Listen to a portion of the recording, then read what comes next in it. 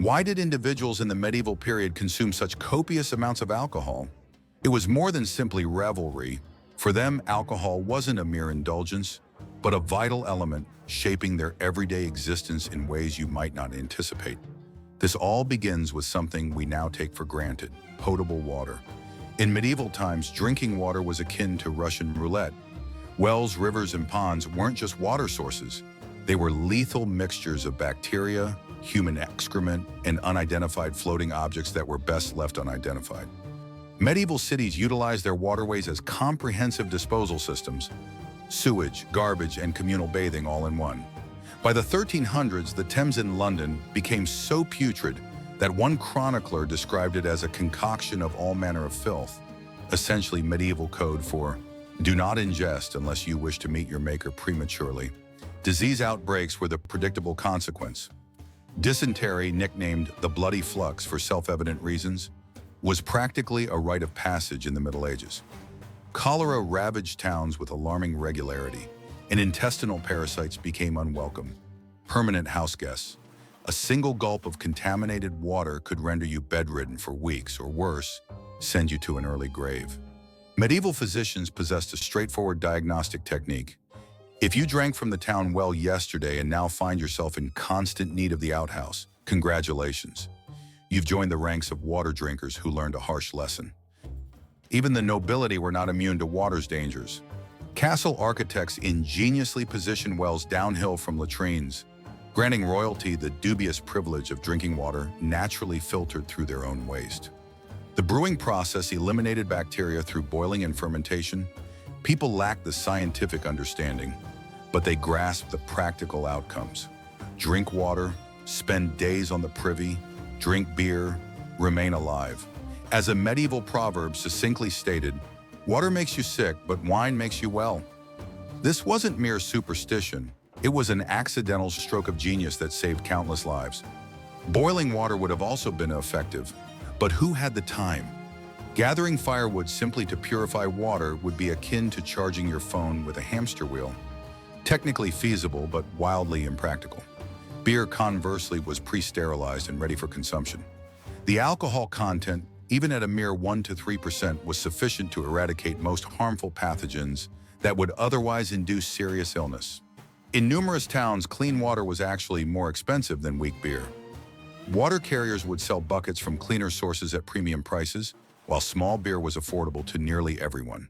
A gallon of everyday ale cost roughly the same as a loaf of bread, approximately half a penny. For peasants earning 1 or 2 pennies daily, this was accessible medicine, disguised as a daily beverage. Medieval drinking options were surprisingly varied. Beer was the everyday staple, thick, cloudy, and nutritious, effectively liquid bread with added benefits. Children consumed weaker small beer instead of juice boxes. Every village boasted its alewives, women who brewed at home and sold their surplus. Medieval history's original craft beer entrepreneurs. These women operated the original work-from-home brewing business, except instead of social media updates, they would hang an ale stake outside their door when a fresh batch was ready. The medieval equivalent of an open sign, but for alcohol. Wine reigned supreme in Southern Europe, where grapes flourished, such as in France, Italy, and Spain. Even peasants regularly drank local wine. Northern Europeans considered it a luxurious import. The most impoverished contented themselves with piquette, a watery grapeskin juice, essentially medieval wine coolers, albeit without the vibrant colors and regrettable consequences. Mead, a honey-based alcohol, remained popular, particularly in northern regions. Usually stronger than beer, with an alcohol content closer to modern wines, an Anglo-Saxon poem proclaimed, "Mead warms the heart and loosens the tongue, and more crucially, it wouldn't inflict deadly dysentery." For medieval individuals, drinking was not just about inebriation, it was about survival in a world where water could be lethal. Medieval taverns didn't feature elaborate cocktail menus or imported beer taps, but they did offer a surprising array of alcoholic choices. Their drink selection might seem limited by contemporary standards, but it compensated with creative uses of anything fermentable. Beer stood as the undisputed monarch of medieval beverages. Unlike today's clear, carbonated beers, medieval beer was dense, opaque, and nutritionally rich. This mixture was then boiled with herbs for flavoring before fermentation. Early medieval beer lacked hops, the bittering agent we associate with modern beers. Instead, brewers used a herbal blend called Groot, which could incorporate anything from heather and bog myrtle to yarrow and sweet gale. These herb mixtures varied by region and season, resulting in distinct local flavors. By the 13th century, German brewers started utilizing hops, which gradually spread across Europe. Hops not only enhanced flavor, but also extended beer's shelf life, enabling larger production runs. Imagine a world where beer was actually healthier than water, the medieval aspiration that modern fraternity members are still attempting to convince their parents is valid. The alcohol content in everyday beer remained remarkably low, typically between 1% and 3%. This modest strength allowed people to drink throughout the day without becoming intoxicated. A medieval farmer might consume 2 to 3 quarts daily and still perform precise work with scythes and other hazardous tools. Records from medieval monasteries indicate that monks received a standard daily allowance of 1 gallon of beer consumed throughout the day between prayers and labor. Monks weren't simply praying to reach heaven, they were brewing their way there, 1 gallon at a time. Ale, technically beer's close relative, dominated much of Northern Europe during the early medieval period. The distinction between ale and beer boils down to one ingredient: hops. Ale was brewed without hops, relying solely on the Groot herb mixture for flavoring. Lacking the preservative properties of hops, ale spoiled rapidly, typically within a few days. This necessitated constant local production, transforming brewing into a common household activity. Medieval ale had the shelf life of unrefrigerated fish, meaning brewing wasn't just a pastime, it was a near-daily necessity. Women were central to early medieval brewing. These alewives brewed at home and sold their surplus production, generating a vital income stream for numerous households. Town records from 13th century England reveal that women constituted over 75% of licensed brewers. When an alewife had beer to sell, she would place an ale stake outside her door, a pole with a bush attached, the medieval equivalent of a neon open sign. It was arguably the world's first drive-through, except the horses weren't driving, there was no window service, and you had to bring your own cup. So not really like a drive-through at all. Wine flowed freely in southern Europe, where the climate favored grape cultivation. In regions like France, Italy, and Spain, even peasants regularly consumed local wine as part of their daily diet. Archaeological evidence from rural French settlements indicates that even modest households owned wine barrels and cups. Northern Europeans regarded wine as a luxury, with imported bottles costing up to 10 times more than local ale. Wine was the status symbol of its era. Medieval influencers weren't posting photos of their chateaus on Instagram, but they were certainly ensuring everyone at the feast noticed their imported Bordeaux wine. Wine quality varied significantly based on price. The affluent enjoyed aged wines from renowned regions, often spiced with costly imports like cinnamon, ginger, and sugar. The poorest might make do with piquette, created by soaking already pressed grape skins in water to extract any residual flavor. Essentially, medieval wine coolers without the marketing budget. Middle-class town dwellers typically consumed local wines within a year of production, as proper aging required specialized storage that few could afford. Medieval wine labels wouldn't have listed flavor notes of oak, cherry, or vanilla, but more likely, probably won't kill you and doesn't taste like complete regret. Mead, the honey-based alcohol, held a special place in medieval drinking culture, particularly in northern regions like Scandinavia and Britain. Produced by fermenting honey with water, mead was usually stronger than beer, with an alcohol content closer to contemporary wines. Its production required substantial honey reserves, making it more expensive than everyday beer. A gallon of mead might cost 4 to 10 pennies, compared to half a penny for basic ale. Bees were medieval brewers' little-winged assistants, doing all the arduous honey production just so humans could ferment it and act foolish in mead halls. The cultural significance of mead extended beyond mere refreshment. Nordic sagas frequently mention mead halls where warriors gathered to drink and boast of their exploits. Anglo-Saxon poetry described mead as a drink that warms the heart and loosens the tongue, useful for both romantic pursuits and political negotiations. In essence, mead was liquid courage for Vikings who needed no courage. The original "Hold my beer and watch this drink," it preceded countless ill-advised decisions across medieval Scandinavia. People attributed medicinal properties to mead, using it to treat everything from digestive issues to melancholy. A 12th century medical text recommended mead mixed with herbs as a treatment for winter sadness, perhaps the first documented seasonal affective disorder remedy. Medieval doctors might not have understood bacteria or viruses, but they knew that enough honey wine could make you temporarily forget your problems, which is basically the same as a cure, right? Cider and perry offered alternative options in regions with abundant orchards, especially popular in Normandy and southwestern England. These fruit-based alcoholic drinks provided welcome variety to the medieval palate. Apple cider had an alcohol content similar to beer, while perry was often slightly stronger. As the Middle Ages progressed, distilled spirits entered the scene.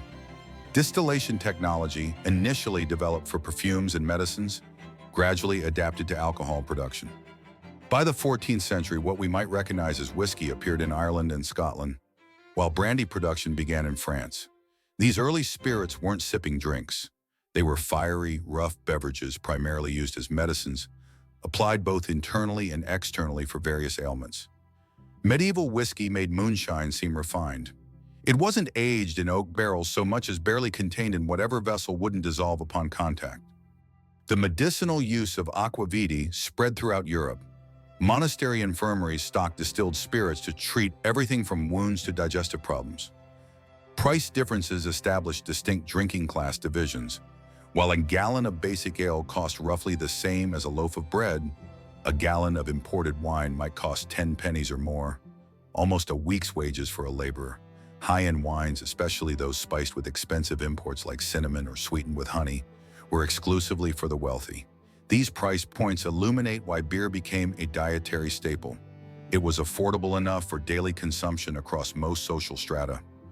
The original champagne taste on a beer budget wasn't just an expression, it was a medieval economic reality.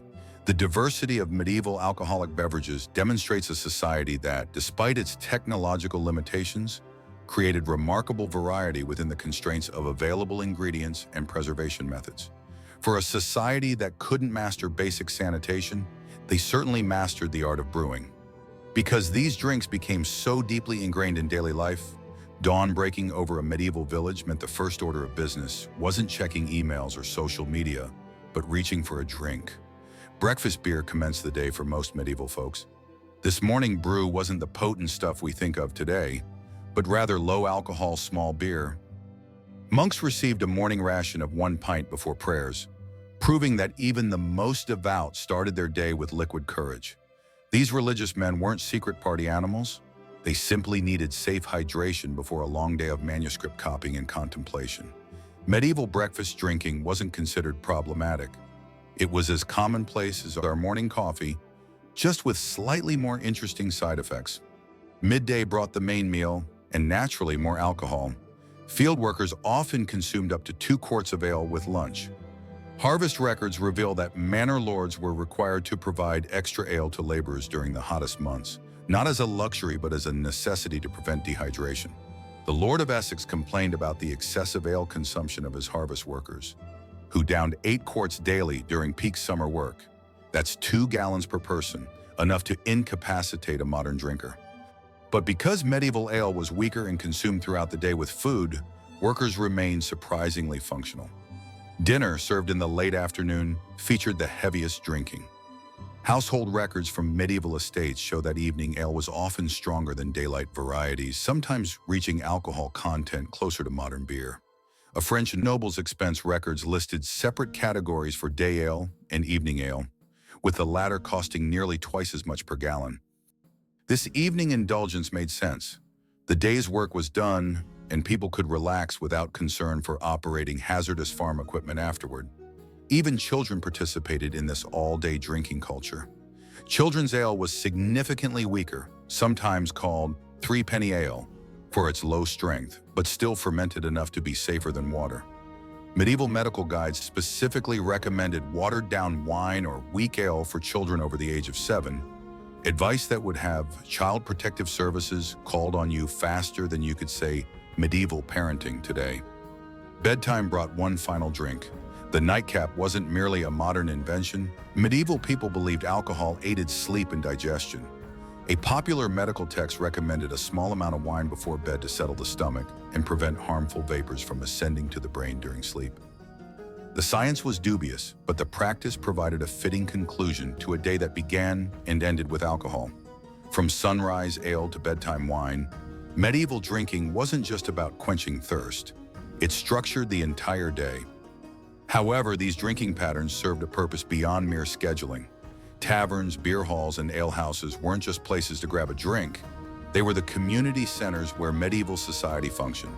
In an era devoid of coffee shops, public libraries, or community centers, these drinking establishments served as the primary spaces for social interaction, business dealings, and information exchange. Taverns in medieval towns operated as multi-purpose venues that modern businesses would envy. A typical day at the tavern might include morning business meetings, midday legal proceedings, afternoon craft guild gatherings, and evening entertainment. Town records from York indicate that in 1396, a single tavern called the White Hart hosted guild elections, 2 properties transactions, a marriage negotiation, and a small claims court, all before dinner time. The alcohol served wasn't incidental to these activities, but central to them, creating an atmosphere where deals could be struck and conflicts resolved. The physical layout of medieval taverns reflected their social importance. Unlike modern bars designed primarily for drinking, medieval establishments featured large communal tables, separate meeting rooms, and often an inner courtyard for larger gatherings. Archaeological excavations of a 14th century London tavern revealed distinct areas for different social classes, with benches near the door for casual drinkers and private booths at the back for merchants conducting business. The tavern wasn't just selling ale, it was selling social space, something desperately scarce in crowded medieval towns. For rural communities, drinking gatherings called church ales served crucial social functions. These parish-sponsored events raised funds for church maintenance, while providing rare opportunities for scattered farmsteads to come together.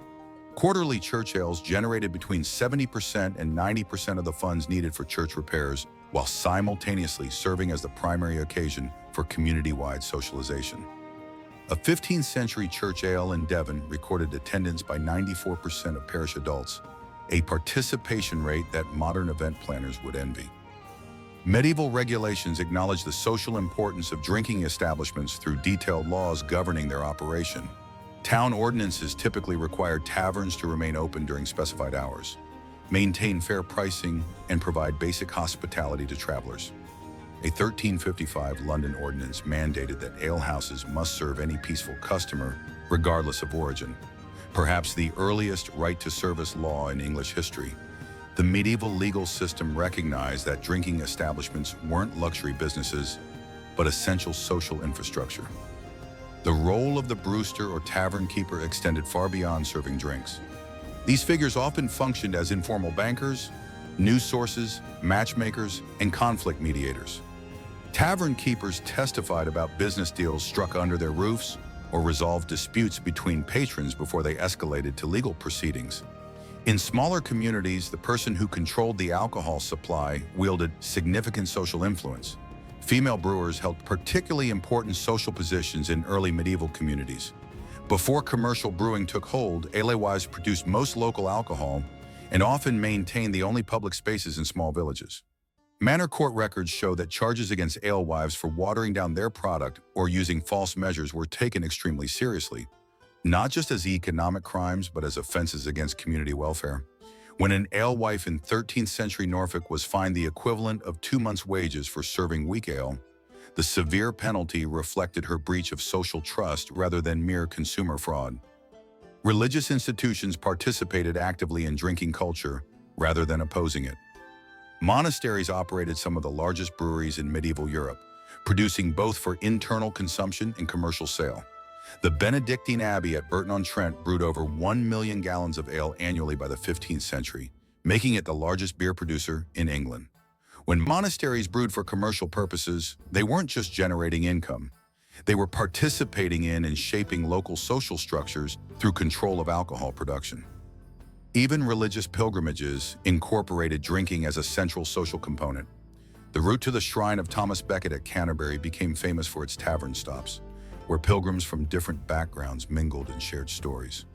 Chaucer's Canterbury Tales wasn't just literary invention.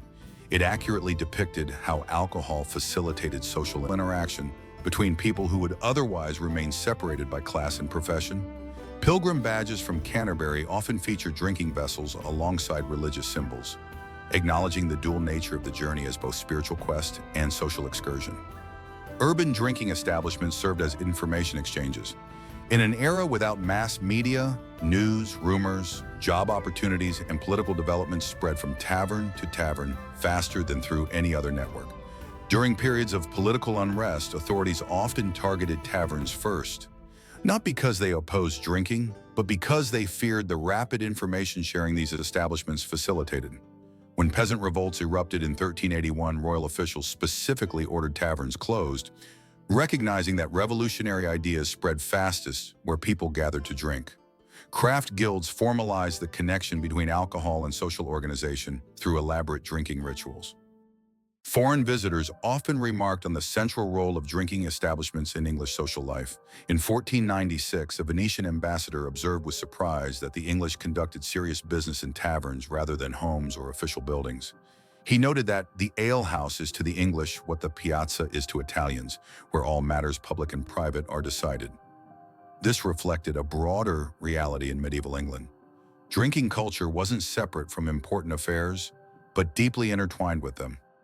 As towns grew larger and social structures more complex, drinking establishments evolved to serve different niches. By the late 15th century, larger cities featured specialized establishments: taverns for merchants and professionals, alehouses for laborers, wine shops for the wealthy, and beer halls for craft workers. This diversification reflected not a diminishing social role, but an expansion of it as drinking culture adapted to increasingly complex urban environments. The social bonds forged through shared drinking helped create the foundation for other institutions that would later emerge, from guild support networks to early insurance schemes. Many innovations in social organization first developed informally among regular drinking companions before becoming formalized. Medieval drinking culture wasn't just about recreation, it created the social connections that made medieval society function. Beyond these everyday social settings, medieval society developed elaborate drinking traditions. Regular drinking kept medieval society functioning, but celebratory drinking transformed ordinary life into something memorable, no matter how grim daily existence might be. Special occasions created opportunities for communal joy and extraordinary amounts of alcohol. Weddings ranked among the most alcohol-soaked events in medieval life. Unlike modern one-day celebrations, medieval weddings often lasted 3 days or more, with drinking beginning before the ceremony and continuing long after the couple departed. A 15th century merchant's daughter's wedding lists truly staggering quantities: 426 gallons of ale, 63 gallons of wine, and 24 gallons of mead for a guest list of 150 people. That works out to over 3 gallons per person across the 3-day celebration, a quantity that would put modern wedding open bars to shame. Wedding drinking served practical purposes beyond mere celebration. The public consumption of alcohol by both families symbolized their new alliance, with shared cups passed between families as a ritual demonstration of unity. A wedding feast without abundant alcohol risked being interpreted as a slight against the other family or a sign of stinginess that might bring shame. One Lincolnshire family actually postponed their daughter's wedding by 6 months when a bad harvest threatened their ability to provide sufficient alcohol for guests, considering an inadequate celebration worse than delay. Noble feasts and banquets elevated drinking to spectacular excess. When one king hosted a Christmas feast in 1376, 378 pipes of wine were consumed, equivalent to nearly 48,000 gallons. Granted, this feast lasted 12 days and hosted thousands, but the quantities remain astonishing. The feast included designated wine pourers whose sole job was to ensure no cup remained empty for more than a few minutes. At such events, the ability to consume vast quantities while maintaining composure became a valued social skill among the nobility. The physical layout of feast halls reflected the importance of drinking. Archaeological excavations of great halls consistently reveal elaborate drainage systems under the high table, where noble guests sat, not for spilled drinks, but to accommodate those too important to leave the table to relieve themselves. The feast continued uninterrupted as guests simply emptied their bladders where they sat, with servants occasionally refreshing the rush flooring. Medieval feasts clearly operated under different rules of etiquette than modern dinner parties. Religious festivals transformed sacred occasions into drinking opportunities. Despite modern assumptions about religious temperance, medieval church festivals featured alcohol as a central component. The Feast of St. Martin in November, marking the completion of the autumn wine harvest, featured the ritual opening of new wine barrels with blessing and considerable consumption. Religious institutions often produced special festival brews for particular celebrations. The Abbey at Ely created a special strong ale called St. Etheldreda's Ale exclusively for Easter celebrations, containing herbs believed to represent aspects of Christ's resurrection. These festival drinks weren't just alcoholic, but carried symbolic religious significance that blended spiritual and physical refreshment.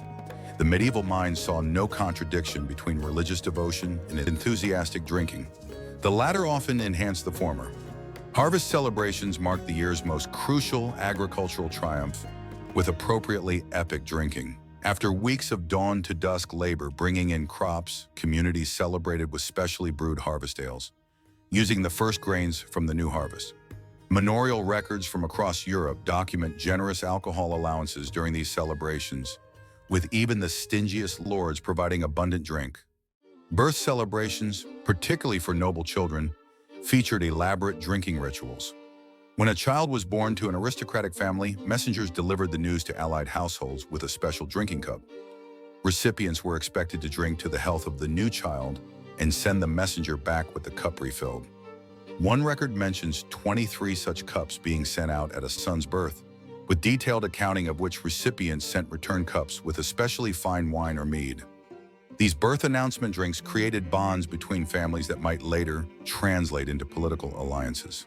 Special occasion drinking created moments of joy and release in lives that were often challenging and constrained.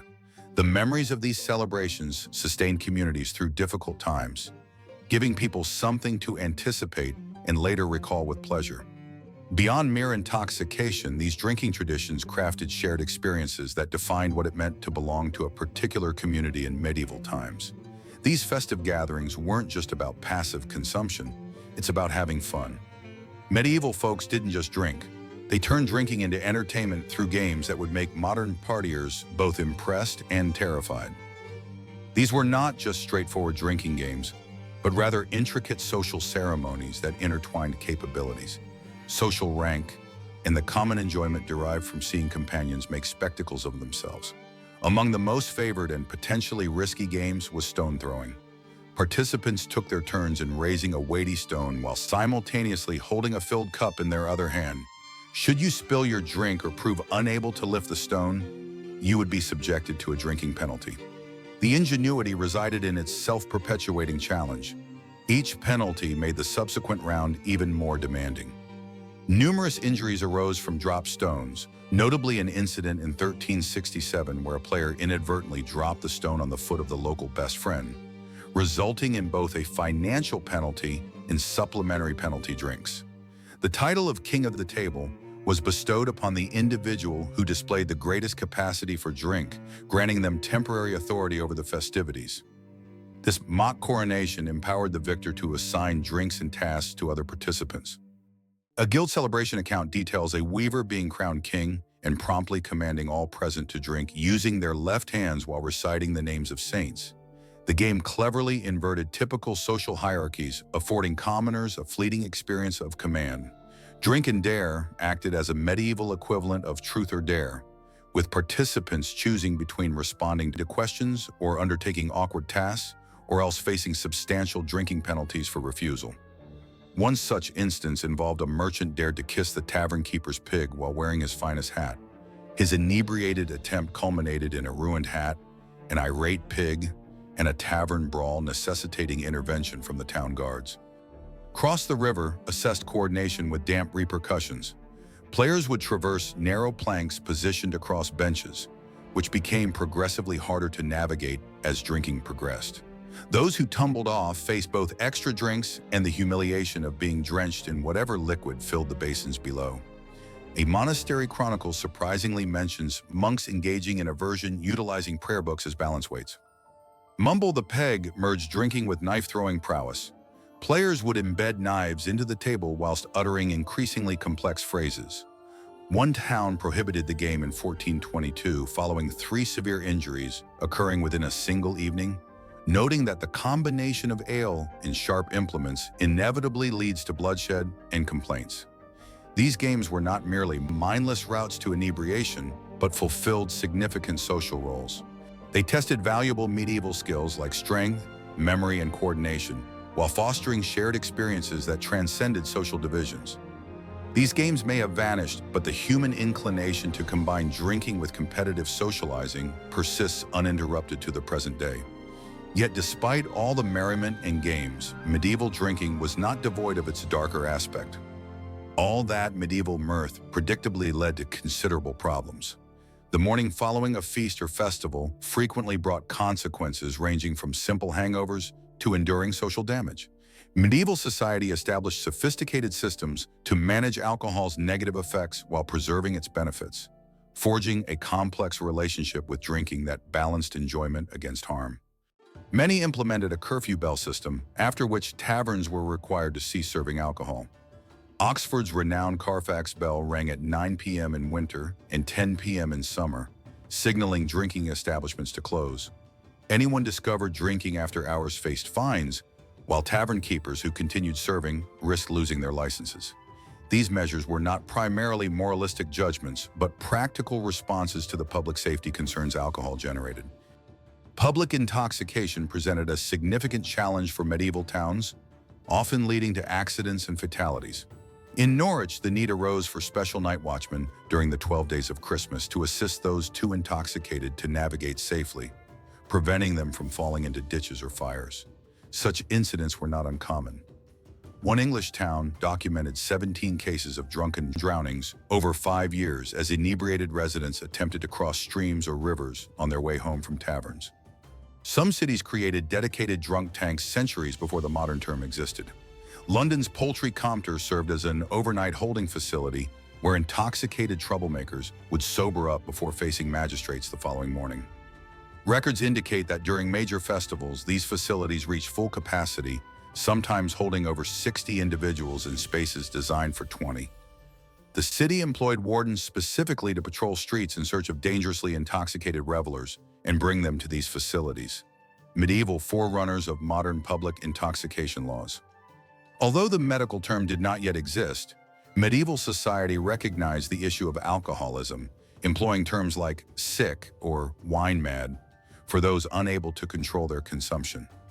Guild regulations frequently included provisions for members who squandered their resources on drink, with interventions ranging from financial guardianship to outright expulsion. These measures were not merely moralistic pronouncements, but practical safeguards for families who might otherwise starve due to a breadwinner's drinking habit. One guild in Bristol implemented a 3 strikes policy for problem drinkers. First-time offenders received a warning, second offenses resulted in temporary suspension, while third violations led to the guild assuming control of the member's finances for the protection of his household. The church maintained an ambivalent relationship with excessive drinking. While monasteries brewed some of the finest alcoholic beverages in Europe, church authorities periodically attempted to curb drinking's worst excesses. Bishops issued edicts limiting drinking hours or prohibiting clergy from taverns, though enforcement proved inconsistent at best. One French bishop lamented that his anti-drinking regulations were disregarded because the priests responsible for enforcing them were among the most enthusiastic patrons of the very taverns they were instructed to oversee. Medieval priests, it seems, took the "do as I say, not as I do" adage to impressive new levels, pioneering the long-standing tradition of religious officials who struggled to practice what they preached, particularly after a few drinks. Medieval medicine gradually acknowledged alcohol's health repercussions. Medical texts described liver ailments linked to heavy wine consumption, with one 15th century physician observing that excessive drinkers developed yellow eyes and swollen abdomens prematurely. Medieval doctors may not have grasped modern hepatology, but they certainly recognized when someone had been overindulging in wine. Their medical advice often boiled down to maybe drink less, which remains equally ignored by patients both then and now. Despite these issues, medieval society never seriously contemplated prohibition. Instead, they cultivated a culture of moderation through social pressure rather than legal prohibitions. Heavy drinking might be tolerated during festivals, but those who habitually drank excessively faced social repercussions ranging from mockery to formal sanctions. The community that drank together also regulated together, establishing informal controls on truly destructive behavior while accepting routine intoxication as a normal aspect of life. This pragmatic approach contrasts sharply with later temperance movements that sought to eliminate alcohol entirely. Medieval society acknowledged alcohol's dangers but also its benefits, seeking a middle ground that mitigated harm while preserving what they considered essential functions of drinking culture. They accepted that perfect solutions were unattainable, but that reasonable management could maintain a functional society despite alcohol's problems. Of course, no amount of social regulation could prevent the most universal consequence of all that drinking: the morning after. A medieval feast must have been a sorry sight. Imagine scores of formerly merry revelers now clutching their heads, shielding their eyes from the harsh morning sun, and vowing to abstain from ale forever, or at least until midday. Despite their regular alcohol consumption, medieval people were not immune to hangovers. Their bodies processed alcohol precisely as ours do, and they suffered the same consequences for overindulgence. No amount of jousting experience prepared a knight for battling the morning after dragon in his skull. Medieval medical texts provide vivid descriptions of hangover symptoms that feel all too familiar. A 12th century medical manual details sufferers experiencing heaviness of the head, intense thirst. Another account describes eyes that feel as though they have been pierced with needles and a mouth drier than a saint's bones. These colorful complaints suggest that despite centuries of experience, medieval drinkers endured hangovers just as miserably as those of today. Some modern myths propose that because medieval people drank alcohol regularly from childhood, they developed supernatural tolerance. The evidence suggests otherwise. While daily consumption may have provided them with a slightly elevated baseline tolerance, medieval doctors documented numerous severe hangover cases, treating 7 monks after a Saint's Day celebration, all suffering from what the recorder delicately termed excessive celebration of the Holy Feast. But what we recognize as epic hangovers. What made medieval hangovers particularly brutal was the complete absence of modern pain relievers. There was no aspirin, no ibuprofen, not even reliable access to clean water for rehydration. Medieval sufferers had to rely on folk remedies of varying effectiveness, revealing both the impressive herbalism knowledge of the time and their desperate willingness to try anything to alleviate their misery. Some hangover cures were surprisingly effective. Willow bark tea, commonly prescribed for morning after woes, contains natural salicylates, the same compound found in aspirin. Honey water with ginger addressed both dehydration and nausea. These remedies possess genuine medicinal value, even if medieval healers did not comprehend the biochemistry behind them. Other cures ventured into truly bizarre territory. A popular English remedy involved raw eel mixed with bitter almonds and wrapped in cabbage leaves. This questionable concoction was supposed to be consumed immediately upon waking, which might have worked simply by making the hangover seem pleasant by comparison to eating raw eel first thing in the morning. Nothing says "I'll never drink again" quite like choking down a slimy river snake before breakfast. The Roman physician Galen, whose teachings dominated medieval medicine, recommended applying cold compresses to the head while drinking vinegar mixed with honey. The cold compress aspect makes reasonable sense, but vinegar on an already upset stomach displays a certain sadistic flair in medieval medicine. A German monastery book of remedies suggested smearing a paste of ground swallows' beaks and myrrh oil behind the ears, which almost certainly achieved nothing beyond making the hungover person smell strange and giving everyone else something to laugh about. Humor sometimes does aid a hangover, but probably not in this case. The monks who devised this cure must have been either still intoxicated from the previous night or seeking revenge on the novices tasked with collecting the bird beaks.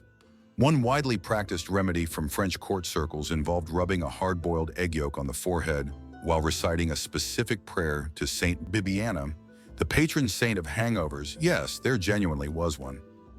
This remedy is often cited as evidence of high-profile adherence, though whether they were cured by faith, placebo effect, or simply waiting long enough for the hangover to naturally subside remains an open question.